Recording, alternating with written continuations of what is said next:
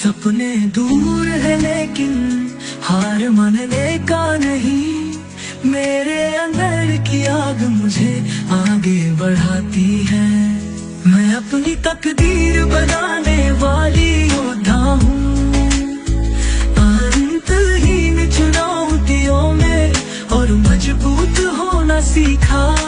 गिर कर फिर से उठना और आगे बढ़ना मेरे लक्ष्य की ओर।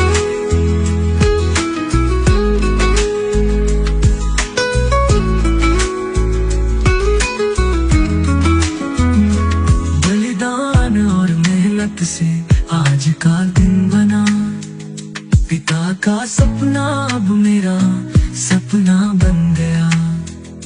उनकी शिक्षा उनका विश्वास अब उसे पूरा करने का समय है।